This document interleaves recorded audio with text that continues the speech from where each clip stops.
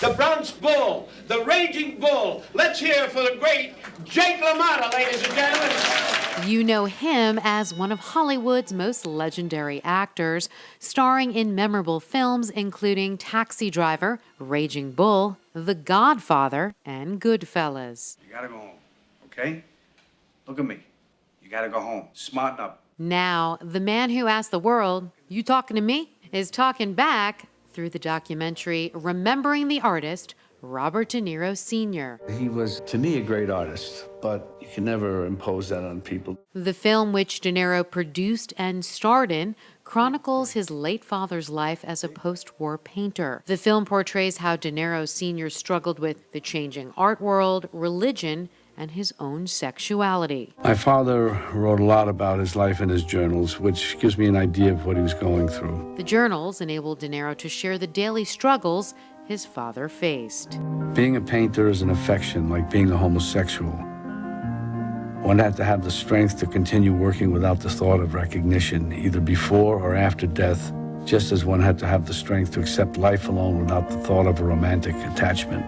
De Niro's father's sexuality was ultimately the cause for his parents' divorce when he was just 12 years old. They divorced when I was around 12, 11 or 12, but they separated when I was around 2 or 3 or something. De Niro admitted that he wants his own children to have a better understanding of their late grandfather. The reason I kept the studios for my kids, for them to know what their grandfather did. De Niro's initial intention was to create a film for his immediate family. Yet it was his Tribeca Film Festival partner, Jane Rosenthal, that encouraged him to share his father's story with the world. Well, Jane really pushed me to do it. I would have done it anyway, but she pushed me to. She said, "Let's just do it now." And what year would you have done it? Well, I would have made, but still, she did say, "Let's do it. Let's get it done." Apparently, Rosenthal knows how to push De Niro's buttons. She was able to coax the acting legend to attend the film's premiere at Sundance earlier this season. What is the best experience about being at Sundance versus Tribeca? Well, it's up in the mountains. There's snow. You can ski, and it's got its own charm. De Niro revealed how his father's lifestyle as an abstract expressionist painter ultimately exposed him to the New York art scene in the 1940s and 50s. Well, I knew Al Kresh, who's still alive, Paul Rezica is still with us, and some others I can't think of offhand, but I knew a few of them. De Niro Sr., who passed away in 1993 at the age of 71, found some success early in his career. But as the art world modernized in the 60s, De Niro Sr. found it hard to change with the times. He was very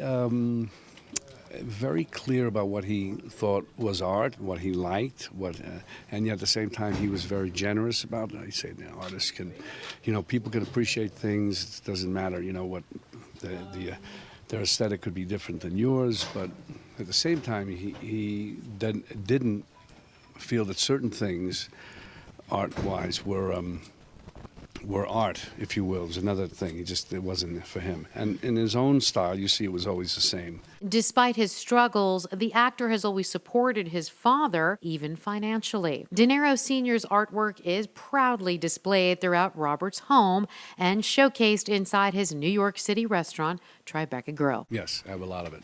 That's the only thing I have. In the film, De Niro portrayed how his father struggled with religion, his own sexuality, and eventually left his mother. My mother and I spoke about it a little bit, and he was very, very quiet with whatever he did, because he's not going to tell me I'm his son, I'm the last person to know. De Niro admitted he believes his father never truly resolved these ongoing issues. I don't know. Probably he didn't in some way, I don't think. De Niro admitted that making this documentary helped bring him closer to understanding his father. I regret certain things with my parents.